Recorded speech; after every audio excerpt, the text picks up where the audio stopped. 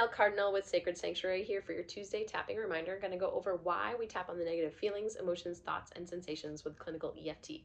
Clinical EFT is different than other EFT that's available out there because it is evidence-based. We're tapping on the negative feelings, emotions, thoughts, and sensations because that is what is stored in the body as survival stress. At the time of an event, you were not able to fully express something that you needed to. Say, for example, you're 3, 4, or 5 years old sitting down at a dinner table and mom and dad start to argue. That feeling feels really uncomfortable and you just wish you could get up and run away. However, you know you're not allowed to leave the dinner table until your plate is finished, so you are sitting there at the dinner table feeling like you want to run away, and yet you cannot. Now, although you may know that you are fully safe as an adult out in everyday life, when you start to hear people argue, you get that same feeling, that sensation that you just want to run away. Once the body feels safe enough to fully express that feeling through a safe container, through a somatic practice like clinical EFT, tapping on acupressure points, we are able to fully release what was not able to process at that time.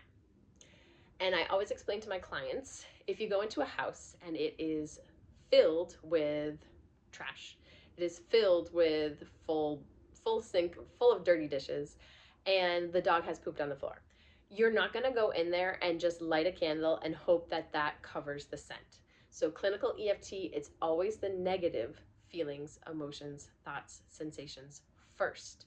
Yes, it is possible to tap in the things that you desire to feel, but that is not where we start. So you wouldn't walk into that house and just light that candle. That's just not realistic. You would clean up the dog poop, you would empty the trash, and then you would work on the dishes.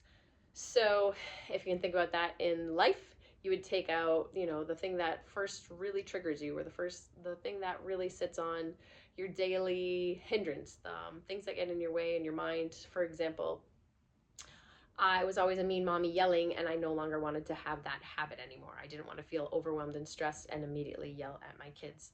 So over time, chipping away, you slowly, steadily rewire your brain and build new capacity to be able to meet the moment with more presence, more clear, conscious thinking. And you are able to absolutely use the tool of EFT in the future if something sticky or uncomfortable comes up. So again, that's why we start out with a negative first. We're removing that hardwired set.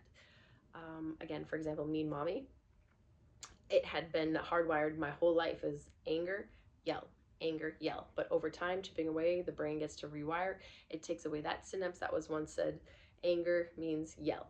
And it's able to rewire a new conscious thinking of accessing something that was not available before. If you have any questions, comments, or concerns, I am here, and I will be with you again so soon. Thank you for being here.